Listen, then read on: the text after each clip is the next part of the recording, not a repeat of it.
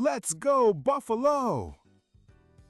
Bet you didn't know, Buffalo held Abraham Lincoln's funeral twice, and the first time his body wasn't even in the city.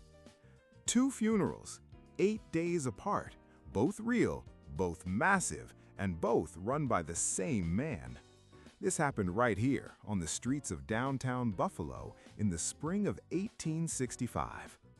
4 years earlier, on February 16, 1861, a much younger Abraham Lincoln stepped off a train at that very same Exchange Street depot on his way to Washington to be sworn in as president. About 10,000 people packed the platform, and the crowd got so unruly that soldiers had to physically clear him a path through the crush. Waiting at the depot to greet him personally was Buffalo's own former president, Millard Fillmore, a man who 4 years later would be waiting for him on that same platform again under very different circumstances. Hold on to that image, the two of them meeting on this platform, because it comes back at the very end of this story. Fillmore put the president-elect up at the American Hotel on Main Street between Eagle and Court. The next morning, he personally walked Lincoln to church at First Unitarian on the corner of Eagle and Franklin, then hosted him for dinner at his own home on Niagara Square, the same Niagara Square that's about to matter again in this story. From the hotel balcony, Lincoln told the gathered crowd he came bearing, in his own words, a heart true to the work that lay ahead of him. 2 mornings later, when Lincoln's train pulled out at 5:45, the crowd turned disorderly all over again, and soldiers had to escort him through it just to get him aboard. Nobody watching that February morning could have guessed how the next 4 years would end for the man on that balcony, or how this city and this same Millard Fillmore would eventually say goodbye to him. On April 14, 1865, John Wilkes Booth shot the president at Ford's Theater in Washington. Lincoln died early the next morning. When the news reached Buffalo by telegraph, the city didn't wait for instructions. Black crepe and mourning flags went up on nearly every building downtown within days. Papers that had cheered Lincoln for years and papers that had fought him for years ran the same black-bordered front page. Nearly every building in the city was draped in mourning that week.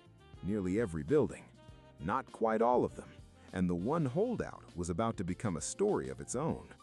On April 17th, 2 days after Lincoln's death, one house on Niagara Square stood out for having nothing on it at all. Millard Fillmore's. The same house where he'd hosted Lincoln to dinner 4 years before. No black crepe, no flag. A crowd gathered outside, and someone threw mud across the front of his own home. The reason wasn't a mystery to anyone standing there that day. Fillmore had endorsed George McClellan, Lincoln's opponent, in the election just months earlier, hoping to end the war a different way, and Republican newspapers had already been calling him a copperhead, a Northerner accused of going soft on the South. Let's go, Buffalo! Bet you didn't know.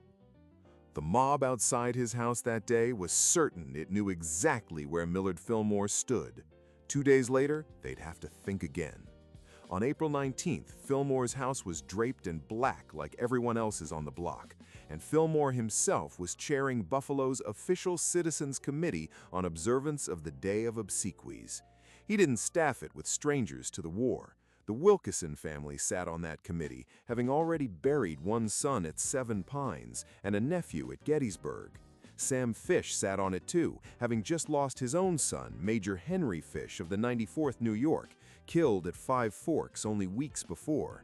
These weren't ceremonial appointments. These were people who had already paid for this war with their own family, sitting down to plan a funeral for the man who'd led it. Whatever that mob outside his house believed about Fillmore, he was about to organize the most elaborate funeral this city had ever staged. And the body it was honoring wasn't even in the state yet. On the very day Lincoln was laid to rest 300 miles away in Washington, Buffalo staged its own full funeral procession anyway, an empty hearse pulled by 6 white horses draped head to hoof in black, rolling slowly through downtown streets lined with mourners. Every business in the city closed its doors for the day. Church bells tolled across downtown. Thousands stood in silence along a route built entirely around a casket that wasn't there, because the closest they could get to Lincoln that day was to act as if he'd already arrived. It wasn't the end of it. 8 days after that empty hearse rolled down Main Street, word reached Buffalo that Lincoln's actual funeral train, carrying his real casket on its long route home from Washington to Illinois, was going to stop in the city. The question facing Fillmore's committee was simple: how do you follow a funeral for a body that wasn't even there? They didn't scale anything back for round 2. They restaged the entire production, only bigger. At 7 o'clock on the morning of April 27, 1865, the funeral train pulled into that same Exchange Street depot Lincoln had walked through alive 4 years earlier. Fillmore had ridden the final leg from Batavia, boarding the train himself so he could personally accompany the president's body the rest of the way into his own city, the same duty in reverse he'd performed as host back in 1861. Waiting on the platform was a catafalque, drawn by 6 white horses draped in black, and it carried the casket off the depot grounds and into the crowded downtown streets toward Main and Washington, where this second funeral would actually happen. The casket lay in state at St. James Hall, on the block where Main and Washington meet Exchange Street, the same ground the M&T Plaza stands on today, from 9:30 that morning until 8 o'clock that night. For nearly 11 hours straight, a line of mourners filed past without a break in the line, plenty of them having come in from well outside the city just to get their few seconds in front of the casket. Estimates for the day range from the tens of thousands into 6 figures, as many as 100,000 people passing a single casket in a city that size in a single day. Let's go, Buffalo! Bet you didn't know.